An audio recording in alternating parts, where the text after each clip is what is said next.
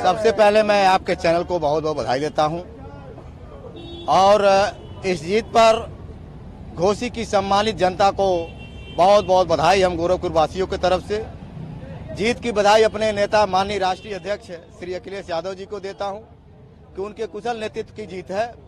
जीत की शुभकामना बधाई माननीय शिवपाल सिंह यादव जी को देता हूं, जिन्होंने वहां 10 दिन लगभग रुक करके और सभी कार्यकर्ताओं को इकट्ठा करके रणनीति बना करके चुनाव लड़ाया। इसके लिए मैं इनको धन्यवाद बधाई देता हूं। बधाई मैं देता हूं प्रदेश अध्यक्ष माननीय नरेश उत्तम पटेल जी को, जिन्होंने बहुत कुशल रणनीति के तहत हम लोगों को चुनाव लड़ाया। मैं बधाई देता हूं वहां के दलित समाज के लोगों को। इस नाते इस बात को बधाई देता हूं कि माननीय वहां के जो दलित समाज के लोग हैं उनको इस बात की बड़ी बधाई देता हूं कि एक तरफ बहुजन समाज पार्टी के नेत्री सुप्रीमो उन्होंने कहा कि या तो नोटा दबा दो या तो वोट डालने मत जाओ, लेकिन वहां के जो दलित समाज के मतदाता लगभग 70 से 75 हजार चमार बिरादरी के हैं, उन्होंने लोकतंत्र बचाने के लिए, संविधान को बचाने के लिए और भारतीय जनता पार्टी को सत्ता से बेदखल करने के लिए उन्होंने जो मजबूत निर्णय लिया है, मुझे ऐसे निर्णय पर ब्रजेश कुमार गौतम जिला अध्यक्ष समाजवादी पार्टी, जो हम लोग गांव-गांव घूम करके वहां के दलित समाज को लोगों को जगाने काम किया, पिछड़े समाज के लोगों को जगाने काम किया, ऐसे सभी साथियों को धन्यवाद बधाई देता हूं, जिन लोगों ने इस चुनाव में इंडिया नामक गठबंधन को बहुत मजबूती के साथ ताकत दे करके घोसी के चुनाव से शुरुआत करी है। आने वाले 2024 में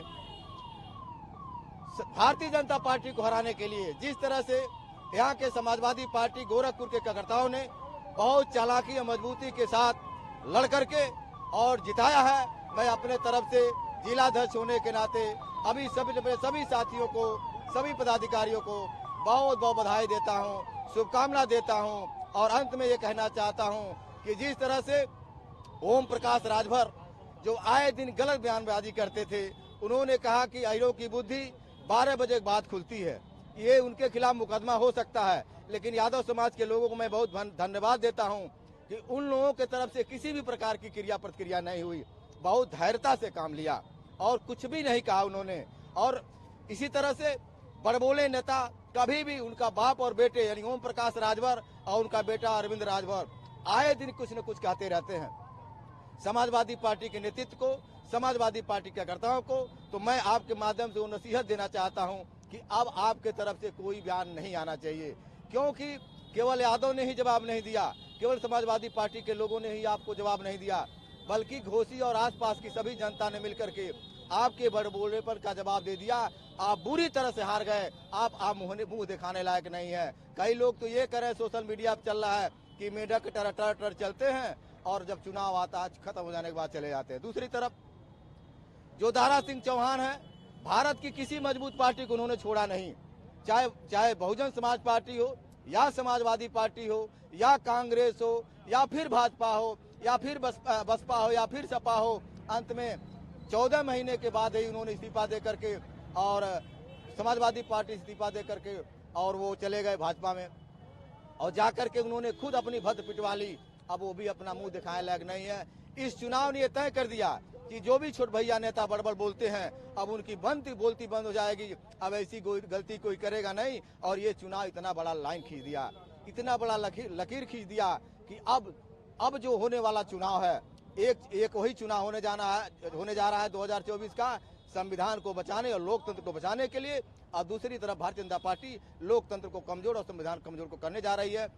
हम समाजवादी लोग मिल करके, समाजवादी पार्टी के लोग उन बस्तियों में जाएंगे जो हमसे काफी दूर रहे हैं, उनके पास जाकर के हमको जोड़ेंगे और जोड़ करके 2024 का चुनाव आदरणीय माननीय राष्ट्रीय अध्यक्ष जी को मजबूत करने काम करेंगे। 80 में से 80 सीट जीत करके भारतीय जनता पार्टी की सुथरा साफ करने काम करेंगे। समाजवादी पार्टी ने तो कल ही चुनाव जीता, जश्न आज क्यों है? हाँ, इस नाते जश्न है कि समाजवादी पार्टी के हजारों की संख्या में बहुत गोपनीय तरीके से हम सबकी रणनीति थी कि कोई हल्ला दुल्ला नहीं करेगा, गोपनीय तरीके जाएंगे और अपने अपने वार्डों में, अपने अपने सेक्टरों में, अपने अपने बूथों पर जाकर के चुपचाप चुनाव लड़ेंगे। कोई जाने नहीं कि गोरखपुर के लोग आए हैं और गोरखपुर के लोगों ने इतिहास बदला है। मुझे अपने कार्यकर्ताओं पर गर्व है। तो जो सभी लोग वहाँ थे, इस नाते कल का समय से आना, गोरखपुर न पहुँचना, आज हम लोगों ने निश्चित किया कि आज हम लोग मिठाई खाएंगे और खिलाएंगे, अपने लोगों को खुशियों का धन्यवाद देंगे और जश्न मनाएंगे। धन्यवाद। घोसी विधानसभा उपचुनाव को लेकर जश्न चल रहा है, क्या कहेंगे?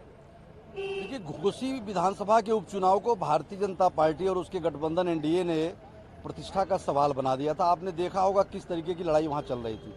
प्रदेश की सारी सरकार वहां जाके बैठ गई थी। उनके दो मुख्यमंत्री तो लगातार बैठे रहे और मुख्यमंत्री जी ने भी जाके वहां सभा किया और ऐसे अनर्गल प्रलाप किए जा रहे थे जैसे लग रहा था कि समाजवादी पार्टी की जमीन पर कोई हैसियत नहीं है।